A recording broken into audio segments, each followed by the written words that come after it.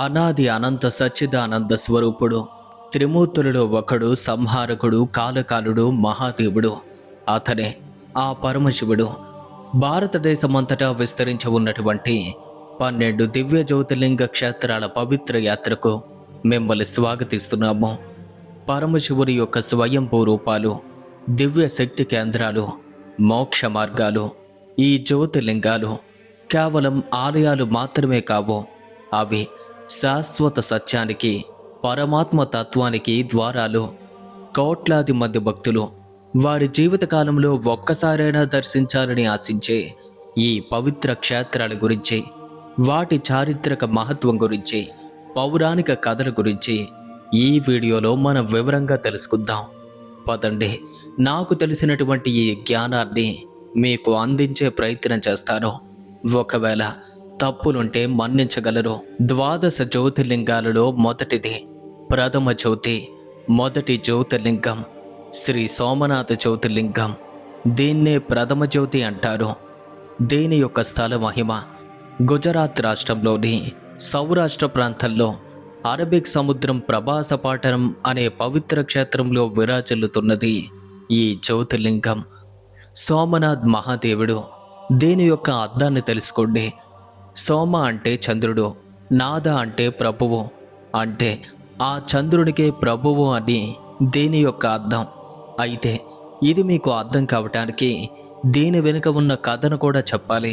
పూర్వం దక్ష ప్రజాపతికి 27 మంది కుమార్తెలు. వారందరినీ చంద్రుడికి వివాహం చేశారు. కానీ చంద్రుడు వారిలో రోహిణి అనే ఒక్కతనే ఎక్కువగా ప్రేమించేవాడు. మిగతా భార్యలను నిర్లక్ష్యం చేశాడు. ఇక ఈ విషయాన్ని విన్నవించగా విషయాన్ని తెలుసుకున్నటువంటి దక్షుడు కోపగించి చంద్రునికి శాపాన్ని ఇచ్చాడు. నీ తేజస్సు రోజు రోజుకి క్షీణించుకుపోతుంది, నీవు క్షయిస్తూ పోతావు అని. ఇక శాపం కారణంగా చంద్రుడు రోజు రోజుకి క్షీణించసాగాడు. చంద్రుని క్షీణత వల్ల లోకం మొత్తం కూడా చీకట్లో మునిగిపోయింది. జీవరాశులకి, ఔషధాలకి, వృక్షాలకి అన్నింటికీ ప్రమాదం వాటిల్లుతుంది. ఇక బ్రహ్మదేవుని యొక్క సలహా మేరకు చంద్రుడు ప్రభాష క్షేత్రానికి వచ్చి పరమశివుని కోసం తపస్సు చేశాడు. 6 మాసాల కఠిన తపస్సుకు సంతోషించినటువంటి శివుడు ప్రత్యక్షమై శాప విమోచనాన్ని ఇచ్చాడు. అయితే దక్ష శాపం పూర్తిగా తొలగలేదు. చంద్రుడి పక్షానికి 15 రోజులు పెరుగుతాడు, అదే శుక్లపక్షం. 15 రోజులు తగ్గుతాడు, అదే కృష్ణపక్షం. ఇక ఆ స్థలంలోనే శివుడు జ్యోతిర్లింగంగా స్థిరపడ్డాడు. చంద్రుడు రోజు పూజిస్తున్న ఈ లింగమే సోమనాథ జ్యోతిర్లింగం. దీని యొక్క చారిత్రక ప్రాముఖ్యత. సోమనాథ ఆలయం భారత చరిత్రలో అత్యంత ముఖ్యమైంది. ఈ ఆలయాన్ని ఇప్పటి వరకు 15 సార్లు ధ్వంసం చేశారు, 15 సార్లు పునర్నిర్మించారు. 1025 CEలో మహమ్మద్ గజ్నీ ఆక్రమించి దోచుకున్నాడు. తరువాత అనేక మంది ఆక్రమణదారులు దీన్ని ధ్వంసం చేశారు. స్వాతంత్రం తర్వాత సర్దార్ వల్లభాయ్ పటేల్ ముందస్తు కార్యక్రమంతో 1951లో పునర్నిర్మాణం ప్రారంభమైంది. ఇక ఈ ఆలయం యొక్క వాస్తు విశేషత కనుక చూసుకున్నట్టయితే, ప్రస్తుతం ఉన్నటువంటి ఈ ఆలయం చాళుక్య శైలిలో నిర్మించబడింది. 155 అడుగులు ఎత్తున్నటువంటి ఈ శిఖరం సముద్రం నుండి కూడా అవలీలగా కనిపిస్తుంది. ఇక ఆలయం లోపల ఎటువంటి స్తంభాల మద్దతు లేకుండా ఎంతో గొప్పగా నిర్మించారు. ఇది భారతీయ వాస్తు శిల్పానికి ఓ గొప్ప నిదర్శనం. ఇప్పుడు మనం మాట్లాడుకోబోయేది 12 జ్యోతిర్లింగాలలో రెండవది, మల్లికార్జున జ్యోతిర్లింగం. శ్రీశైల శిఖరం నందు కలదు. అయితే దీని యొక్క స్థల మహిమ కనుక చూసుకుంటే, మన ఆంధ్రప్రదేశ్ రాష్ట్రంలోని కర్నూలు జిల్లాలో కృష్ణా నదీ తీరాన శ్రీశైల పర్వతం మీద ఉన్నటువంటి పవిత్రమైన క్షేత్రం ఇది. ఇక్కడ మల్లికార్జున స్వామి, శివుడు మరియు భ్రమరాంబాదేవి అంటే పార్వతీతో కలిసి ఉంటారు. ఇది 12 జ్యోతిర్లింగాలలో ఒకటి. అలాగే అష్టాదశ శక్తిపీఠాలలో కూడా ఒకటైనటువంటి క్షేత్రం ఇది. అంటే ఇది ఎంత గొప్పదో మీరే అర్థం చేసుకోవచ్చు. ఒక శక్తిపీఠం మరియు ఒక జ్యోతిర్లింగం కలిసున్న ఏకైక ప్రాంతం. దీని వెనుక ఉన్నటువంటి అద్భుతమైన కథ. ఒకసారి శివపార్వతుల కుమారులైనటువంటి గణేశుడు మరియు కార్తికేయుల మధ్య గొప్ప వివాదం జరిగింది. వారిద్దరిలో ఎవరు గొప్ప అని నిర్ణయించాలని కోరారు. ఇక శివపార్వతులు ఇలా చెప్పారు: ఈ లోకాన్ని ప్రదక్షిణ చేసి మొదట వచ్చిన వాడే గొప్పవాడు అని. కార్తికేయుడు వెంటనే తన వాహనమైనటువంటి నెమలి మీద ప్రయాణాన్ని ప్రారంభించాడు. కానీ గణేశుడు తన వాహనమైనటువంటి ఎలుక మీద లోకం చుట్టూ ఎలా వెళ్తాడు? తెలివిగా తన యొక్క తల్లిదండ్రులను ప్రదక్షిణ చేసి, నా తల్లిదండ్రులే నా యొక్క లోకమని చెప్పాడు. ఇక శివపార్వతులు అందుకు సంతోషించి గణేశుణ్ణి గొప్పవాడిగా ప్రకటించారు. ఇక అతనికి కూడా వివాహ ఏర్పాట్లు చేశారు. సిద్ధి, బుద్ధి అనే ఇద్దరు కన్యలతో అతనికి వివాహం జరిగింది. ఇక ఇది తెలుసుకున్నటువంటి కార్తికేయుడు కోపగించాడు. మీరు నాతో పక్షపాతం చేశారు అని అలిగి క్రౌంచ పర్వతానికి వెళ్ళిపోయాడు. తల్లిదండ్రులు ఎంత వేడుకున్నా తిరిగి రాలేదు. శివపార్వతులు కుమారుణ్ణి కలవటానికి శ్రీశైలం వచ్చారు. కానీ కార్తికేయుడు అక్కడ కూడా వారిని చూడకుండా మరో పర్వతానికి వెళ్ళిపోయాడు. ఇక విచారంతో శివపార్వతులు శ్రీశైలంలోనే మల్లికార్జున స్వామి మరియు భ్రమరాంబగా నిత్యవాసం చేస్తున్నారు. వారి కుమారుణ్ణి చూడాలని అక్కడే ఎదురు చూస్తూ ఉన్నారు. ఇది ఈ ఆలయం యొక్క స్థల పురాణం. అయితే ఇక్కడ ఉన్నటువంటి కొన్ని ప్రత్యేకతలు: పాతాళగంగ ఆలయం యొక్క దిగువన ఓ గుహలో కృష్ణానది ప్రవహిస్తుంది. ఇక్కడ స్నానం చేయటం అత్యంత పవిత్రమైంది. ఇక ముఖ్యమైనది శివరాత్రి మహోత్సవం. ప్రతి శివరాత్రి రోజున లక్షలాది మంది భక్తులు వస్తారు. మల్లికార్జున వాహనోత్సవం. ప్రతిరోజు వేరే వాహనం మీద ఊరేగింపు జరుగుతుంది. ఇవి ఈ ఆలయంలో ఉన్నటువంటి గొప్ప ప్రత్యేకతలు. ఇక ద్వాదశ జ్యోతిర్లింగాలలో మూడవది మహాకాళేశ్వర జ్యోతిర్లింగం. కాలాన్నే జయించినవాడు.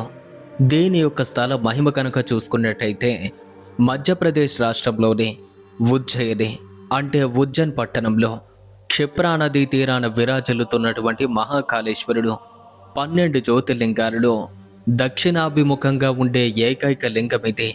మహాకాలుడు. మహాకాల అంటే కాలానికి కూడా కాలుడు అని అర్థం. అంటే మృత్యువును కూడా జయించిన వాడిని దీని యొక్క అర్థం. పూర్వకాలంలో రత్నమాల అనే బ్రాహ్మణుడు ఉజ్జయిని నగరంలో నివసించేవాడు. అతడు శివుని యొక్క పరమ భక్తుడు. ప్రతిరోజు ఆ నగరంలోని శివలింగాన్ని పూజించేవాడు. ఇక అదే సమయంలో దూషణ అనే అసురుడు అవంతిరాజును ఓడించి ఉజ్జయిని నగరాన్ని స్వాధీనం చేసుకున్నాడు. అతను శివభక్తుల్ని హింసించడం ప్రారంభించాడు.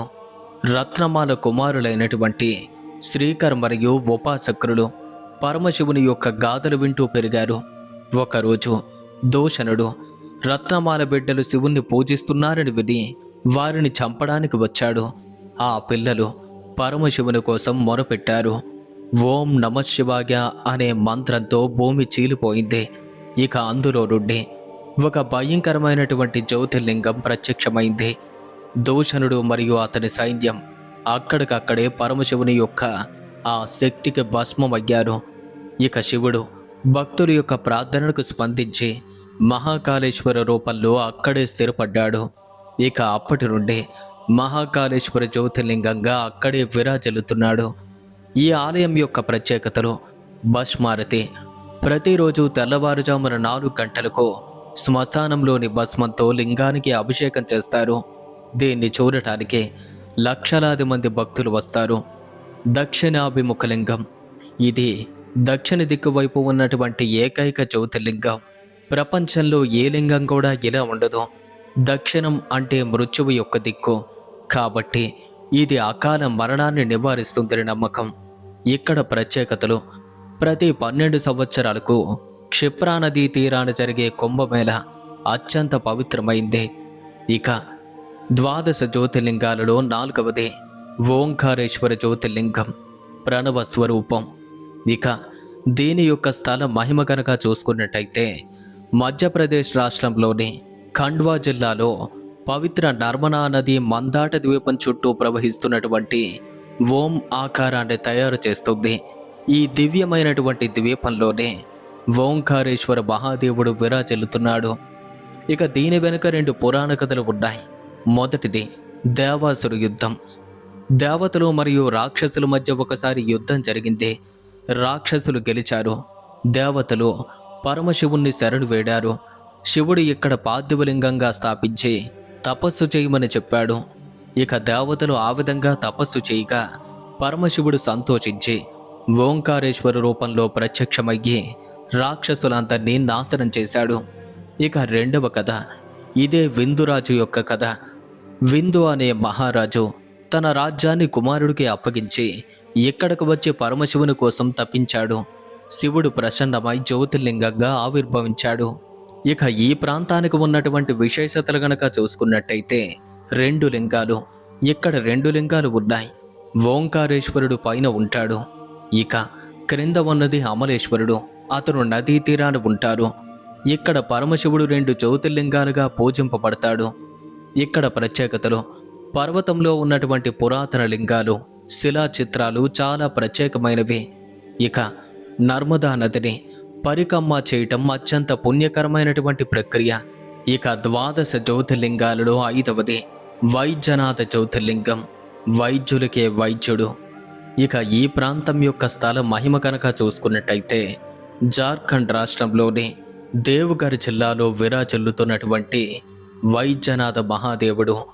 వైద్యనాథ అంటే వైద్యుల వైద్యుడు, రోగాలన్నింటికీ నివారణ చేసేవాడు అని దీని యొక్క అర్థం. దీని వెనుక ఉన్నటువంటి కథ రావణుడి యొక్క తపస్సు కథ. లంకాధిపతి అయినటువంటి రావణుడు పరమశివుని యొక్క భక్తుడు. అతను కైలాసానికి వెళ్ళి పరమశివుణ్ణి కలవాలి అనుకున్నాడు. కానీ నందీశ్వరుడు లోపలికి అనుమతించలేదు. నువ్వు రాక్షసుడువు, శివుడు సాధువులను మాత్రమే కలుస్తాడు అన్నాడు. ఇక ఆ మాటకు కోపగించినటువంటి రావణుడు తన శక్తితో కైలాస పర్వతాన్ని ఎత్తడానికి ప్రయత్నించాడు. పార్వతీదేవి భయపడింది. ఇక శివుడు జరిగిన మొత్తాన్ని గ్రహించి తన యొక్క బొటన వేలుతో పర్వతాన్ని నొక్కాడు. ఇక అప్పుడే రావణుని యొక్క చేతులు పర్వతం క్రింద ఇరుక్కున్నాయి. ఇక నొప్పితో విలవిల్లాడుతూ రావణుడు తన యొక్క 20 చేతుల్ని నరికి తన 10 తలలతో సహా అన్నింటినీ పరమశివునికి అర్పించి ఆయనను స్తుతించాడు. తన స్నాయువులతో అంటే ప్రేగులతో వీణతీగలు చేసి రుద్రవీణను వాయించాడు. ఇక్కడే గొప్పదైనటువంటి శివతాండవ స్తోత్రం కూడా ఆవిర్భవించింది. ఇక పరమశివుడు ప్రసన్నమై రావణుడి యొక్క తలలు చేతులు అన్నింటినీ తిరిగొచ్చి వరం కోరుకోమన్నాడు. ఇక రావణుడు ఎలా అడిగాడు, మీరు నన్ను అనుసరించాలి, మీరు నా లంకకు రావాలి అని. శివుడు లింగ రూపంలో రావడానికి అంగీకరించాడు. కానీ ఒక షరతు పెట్టాడు, ఈ లింగాన్ని నేల మీద పెట్టకూడదు, పెడితే అక్కడే స్థిరపడిపోతాను అని. దేవతలు ఈ విషయాన్ని తెలుసుకుని శ్రీ మహావిష్ణువును ప్రార్థించారు. శ్రీ మహావిష్ణువు చాకచక్యంగా గణేశుణ్ణి పంపించాడు.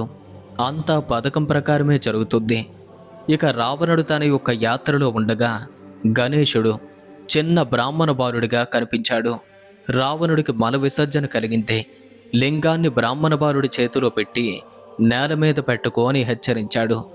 ఆ పిల్లవాడు కొద్దిసేపటికే అది చాలా బరువుగా ఉందని వెంటనే నేల మీద పెట్టేశాడు.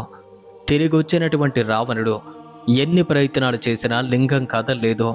ఇక అక్కడే పరమశివుడు వైద్యనాథ జ్యోతిర్లింగంగా స్థిరపడ్డాడు.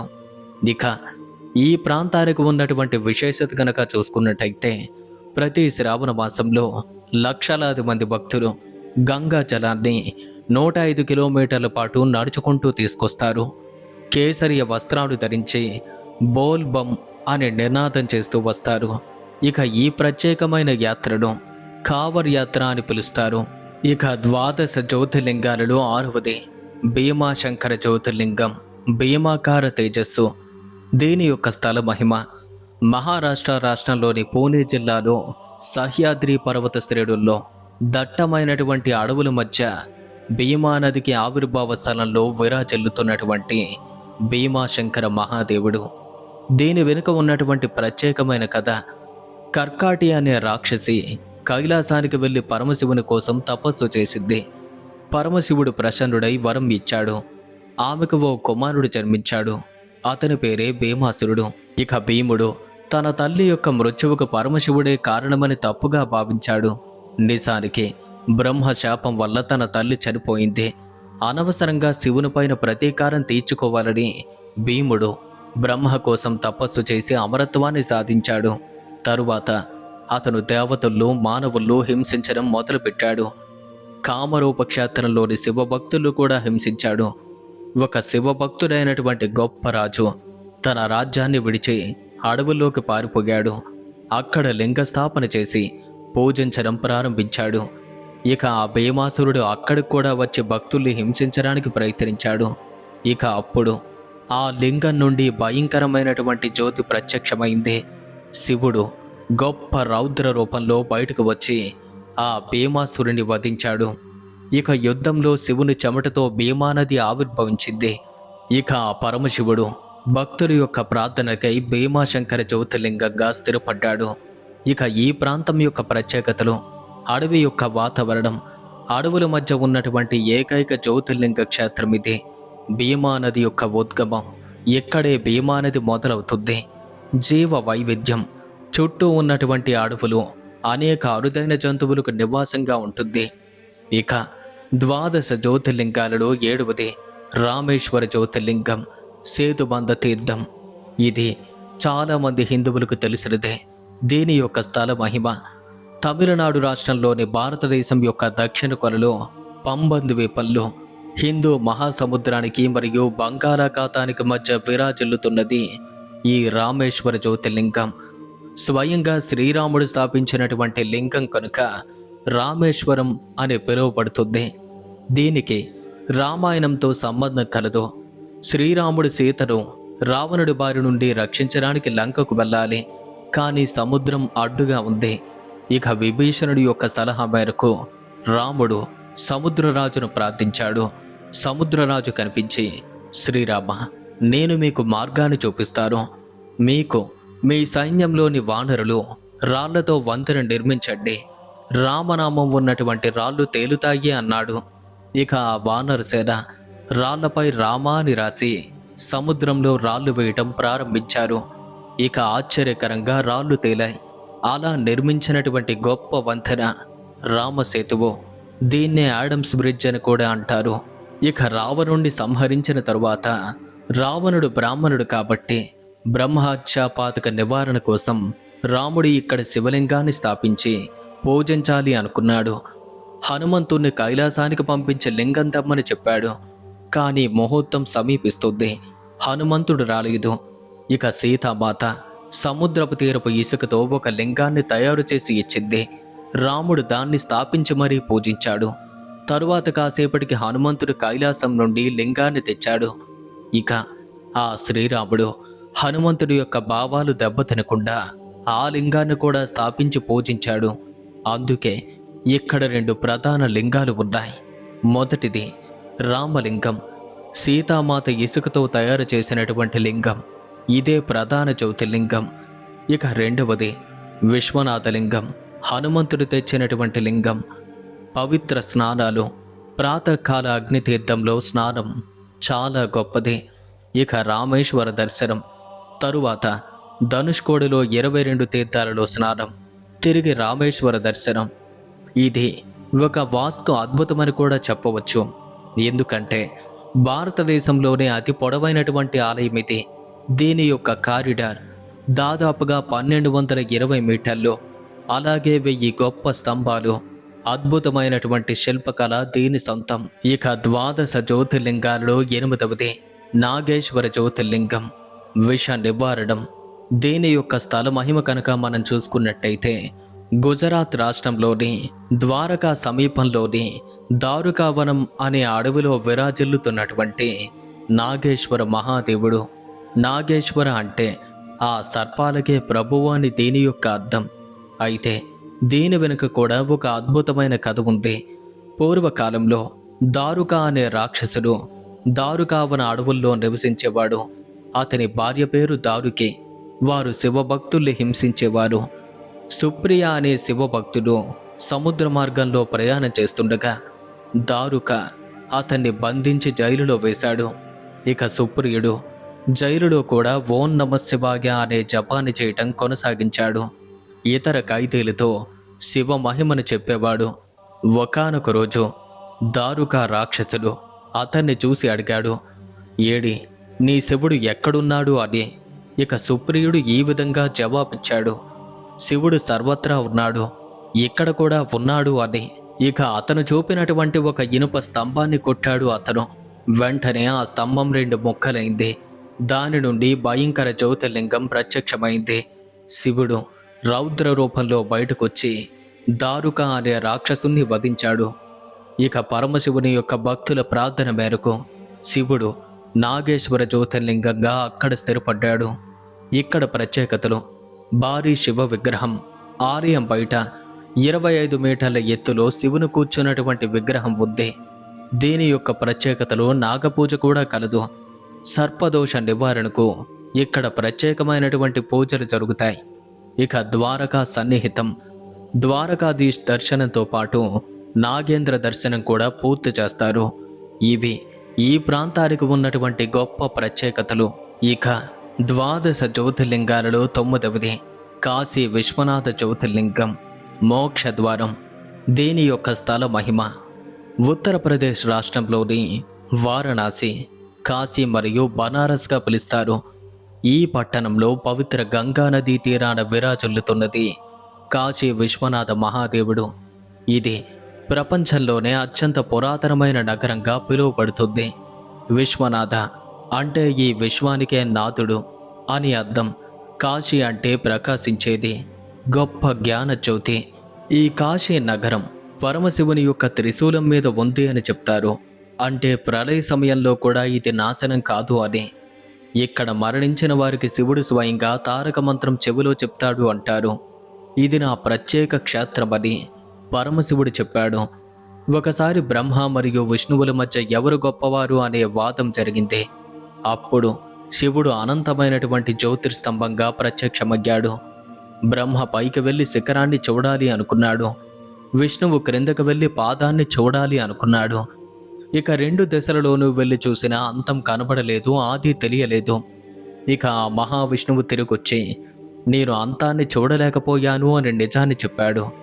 కానీ బ్రహ్మ చూశాను అని అబద్ధాన్ని చెప్పాడు. ఇక కోపగించినటువంటి పరమశివుడు బ్రహ్మకు శాపం ఇచ్చాడు, నీకు భూలోకంలో ఎక్కడా ఆలయాలు ఉండవు అని. అందుకే మన భూలోకంలో బ్రహ్మదేవుడికి ఎక్కడా ఆలయాలు కనిపించవు, ఉన్నా సరే కొద్దిగా మాత్రమే ఉంటాయి. ఇక ఆ జ్యోతిర్స్తంభం భూమిపై 12 స్థలాలలో స్థిరపడింది. ఇక అవే 12 జ్యోతిర్లింగాలు. కాశీ విశ్వనాథ లింగం వాటిల్లో అత్యంత ప్రధానమైంది. ఇక దీని వెనుక ఉన్నటువంటి చారిత్రక విషాదం కనుక చూస్తే కాశీ విశ్వనాథ ఆలయ చరిత్ర చాలా బాధాకరమైంది. 1194లో మహమ్మద్ ఘోరీ వంశం తరువాత తిరిగి నిర్మాణం జరిగింది. ఇక 1669లో ఔరంగజేబు పూర్తిగా ధ్వంసం చేసి మసీదు నిర్మాణాన్ని చేశాడు. ఈ ఆలయం యొక్క ప్రత్యేకతలు కనుక చూసుకున్నట్టయితే జ్ఞానవాపి, ఆలయ సమీపంలోని బావి, శివుడు ఇక్కడ జ్ఞానాన్ని ఇచ్చాడు అని చెప్తారు. అంటే ఇది జ్ఞానబావి. గంగా స్నానం, మణికర్ణికా ఘాట్, 12 ఘాట్లలో స్నానం, ఇవన్నీ కూడా గొప్పవి. శివరాత్రి ఇక్కడ చాలా ప్రత్యేకమైంది. కోట్ల మంది భక్తుల యొక్క సమ్మేళనం జరుగుతుంది. ఇక 12 జ్యోతిర్లింగాలలో 10వది త్రయంబకేశ్వర జ్యోతిర్లింగం, గోదావరి ఉద్గమం. దీని యొక్క స్థల మహిమ కనుక మనం చూసుకున్నట్టయితే మహారాష్ట్ర రాష్ట్రంలోని నాసిక్ జిల్లాలో బ్రహ్మగిరి పర్వతం దిగువన పవిత్ర గోదావరి నది ఉద్గమ స్థలంలో విరాజిల్లుతున్నటువంటి త్రయంబకేశ్వర మహాదేవుడు. త్రయంబక అంటే 3 కన్నుల కలవాడు, శివుని యొక్క మరో నామం ఇది. దీని వెనుక గొప్ప గోదావరి ఆవిర్భావ కథ కూడా ఉంది.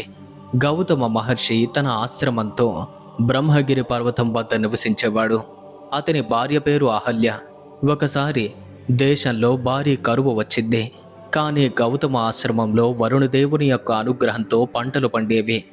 ఇతర ఋషులంతా అసూయపడి ఒక ప్లాన్ వేశారు. ఒక ఆవును మాయావిగా సృష్టించి గౌతమ మహర్షి యొక్క ఆశ్రమంలోకి పంపారు. గౌతముడు ఆ ఆవును తరిమేందుకు ఓ గడ్డి కట్టతో తాకాడు. ఆశ్చర్యకరంగా ఆవు వెంటనే చనిపోయింది. గోహత్య పాపం చేసినందుకు ఆ గౌతమ మహర్షి చాలా బాధపడ్డారు. ఇక ఆ పాపం నుండి విముక్తి పొందడానికి పరమశివుని కోసం తపస్సు చేశాడు. ఇక ఆ శివుడు ప్రసన్నమై ప్రత్యక్షమయ్యాడు. గౌతముడు ప్రార్థించాడు, స్వామి నా పాపాన్ని హరించండి అని. ఈ ప్రాంతానికి పవిత్ర నది అవసరమని. ఇక శివుడు తన జటాజూటం నుండి గంగాజలాన్ని విడుదల చేశాడు. అది అక్కడ గోదావరి నదిగా ప్రవహించడం ప్రారంభమైంది. గో అంటే గౌతముడు, దావరి అంటే శుద్ధి చేసేది అని అర్థం. గౌతముడు పాపం నుండి విముక్తిని పొందాడు. శివుడు త్రయంబకేశ్వర లింగంగా అక్కడ స్థిరపడ్డాడు. ఇక ఈ లింగం యొక్క విశేషత, త్రయంబకేశ్వర లింగం చాలా చిన్నది, 3 ముఖాలు కలిగి ఉంటుంది. అంటే బ్రహ్మ, విష్ణు మరియు శివుని యొక్క ముఖాలు కలది అని నమ్మకం. ఇక ఆ లింగం మీద సదా జలం కారుతూ ఉంటుంది. ఇక్కడ ప్రత్యేకత కుంభమేళ. ప్రతి 12 సంవత్సరాలకు గోదావరి తీరాన కుంభమేళా జరుగుతుంది. లక్షలాది మంది ఇక్కడ పుణ్య స్నానాన్ని ఆచరిస్తారు. ఇక 12 జ్యోతిర్లింగాలలో 11వది కేదారనాథ జ్యోతిర్లింగం. ఇది హిమాలయ విభూతిగా పిలువబడుతుంది. ఉత్తరాఖండ్ రాష్ట్రంలో హిమాలయాల గఢ్వాల్ ప్రాంతంలో 3583 మీటర్ల అడుగుల ఎత్తులో మండాకిని మరియు మధుగంగా నదుల యొక్క మధ్య మంచుతో కప్పబడినటువంటి శిఖరాల మధ్య విరాజిల్లుతున్నది ఈ కేదారనాథ మహాదేవుడు. ఇది అత్యంత కఠినమైనటువంటి యాత్రగా పిలువబడుతుంది. అత్యంత ఎత్తులో ఉన్నటువంటి ఏకైక జ్యోతిర్లింగం ఇది. ఇక దీని వెనుక ఉన్నటువంటి కథ ఎంతో అద్భుతమైనది. మహాభారత యుద్ధ అనంతరం పాండవులు తమ బంధువులు చంపినటువంటి పాపం నుండి విముక్తి పొందాలి అనుకున్నారు. ఇక వ్యాసుని యొక్క సలహా ప్రకారం పరమశివుని దర్శనాన్ని చేసుకోవాలి అనుకున్నారు. కానీ పరమశివుడు పాండవులపై కొంచెం కోపంగా ఉన్నాడు. వారిని దూరం పెట్టాలి అనుకున్నాడు. కాశీ నుండి హిమాలయాలకు వెళ్ళి ఎద్దు రూపంలో అక్కడ మారిపోయాడు. ఇక పాండవులు అలసిపోయి విశ్రాంతి తీసుకుంటూ ఉండగా భీముడు ఎద్దుల మందను చూశాడు. అందులో ఒక అందమైన నల్లని ఎద్దు ఉంది. భీముడు దాన్ని పట్టుకోవాలి అనుకున్నాడు. ఇక ఆ ఎద్దు ఎంతసేపటికి తనకి దొరకటం లేదు. అది పరమశివుడే అని గుర్తించినటువంటి భీముడు తన కాళ్ళను వ్యాపింపజేసి ఈ క్రింద నుండి వెళ్ళు అని ఎద్దుతో అన్నాడు. కానీ శివుడైనటువంటి ఎద్దు అలా వెళ్ళదు. ఇక భీముడు ఆ ఎద్దును పట్టుకోవటానికి మరొకసారి ప్రయత్నించాడు. అప్పుడు ఆశ్చర్యకరంగా ఆ ఎద్దు భూమిలోకి దిగటం ప్రారంభమైంది. భీముడు దాని వెనుక భాగాన్ని అంటే త్రికోణ ఆకారాన్ని పట్టుకున్నాడు. మిగతా భాగాలన్నీ వేరువేరు స్థలాల్లో కనిపించాయి. అయితే ఈ యొక్క ఆకారమే దీని యొక్క ప్రత్యేకత. దీని యొక్క ముఖం నేపాల్లోని పశుపతినాథ్గా, బాహువులు తుంగనాథ్గా, నాభి మధ్య మహేశ్వర్గా, జుట్టు కల్పేశ్వర్గా, త్రికోణం ఆయా ప్రాంతాలలో విస్తరించింది. ఇక వెంటనే పాండవులు క్షమాపణ చెప్పారు. పరమశివుడు ప్రసన్నమై వారికి విముక్తిని ఇచ్చాడు. కేదార్నాథ్ జ్యోతిర్లింగంగా ఆయన అక్కడే స్థిరపడ్డాడు. ఇక దీని యొక్క ప్రత్యేకతలు, శీతాకాలం నవంబర్ నుండి ఏప్రిల్ వరకు ఆలయం మూసివేయబడుతుంది. ఇక లింగ ఆకారం త్రికోణ ఆకారంలో ఇక్కడ లింగం అద్భుతంగా ఉంటుంది. పంచ కేదార్ 5 కేదార్ క్షేత్రాలు ఇక్కడ ఉంటాయి. ఇక 12 జ్యోతిర్లింగాలలో ఆఖరిదే కృష్ణేశ్వర్ జ్యోతిర్లింగం. భక్తి మరియు విజయానికి ఓ గొప్ప ప్రతీక ఇది.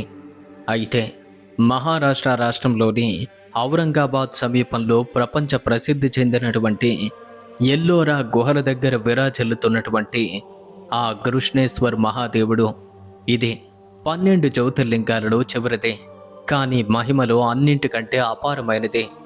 కృష్ణేశ్వర్ అనే పదానికి అర్థం భక్తి యొక్క ప్రభువు అని. ఇది కృష్ణేశ్వర్ అని కూడా పిలుస్తూ ఉంటారు.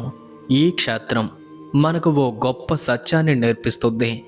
నిజమైనటువంటి భక్తిని ఏ పరీక్షలు ఆపలేవు అని. ఇక దీని వెనుక ఉన్నటువంటి అద్భుతమైనటువంటి కథ, పూర్వం సుధర్మ అనే బ్రాహ్మణుడు తన భార్య సుదేహతో నివసించేవాడు. వారికి సంతానం లేకపోవడంతో సుదేహ చాలా బాధపడేది. చివరికి తన యొక్క చెల్లెలైనటువంటి గుష్మాను సుధర్మకు వివాహం చేసింది. గుష్మా పరమ శివభక్తురాలు. ప్రతిరోజు ఆమె 101 శివలింగాలు తయారు చేసి పూజించేది. సమీపంలోని సరస్సులో వాటిని నిమజ్జనం చేసేది. తన యొక్క అపారమైనటువంటి భక్తికి ప్రసన్నమైనటువంటి పరమశివుడు ఆమెకు ఓ కుమారుణ్ణి ప్రసాదించాడు. కానీ కాలక్రమంలో సుదేహకు అసూయ పెరిగింది. నాకు లేని సంతానం తనకు ఎందుకు? అదే కోపంతో ఒక రాత్రి ఘోరమైనటువంటి పనిని చేసింది ఆమె గుష్మా కుమారుణ్ణి చంపి అతని శరీరాన్ని సరస్సులో పడేసింది. ఇక ఉదయాన్నే అందరూ విలపిస్తున్నారు. కానీ గుష్మా మాత్రం ప్రశాంతంగా పరమశివుని యొక్క పూజను కొనసాగించింది.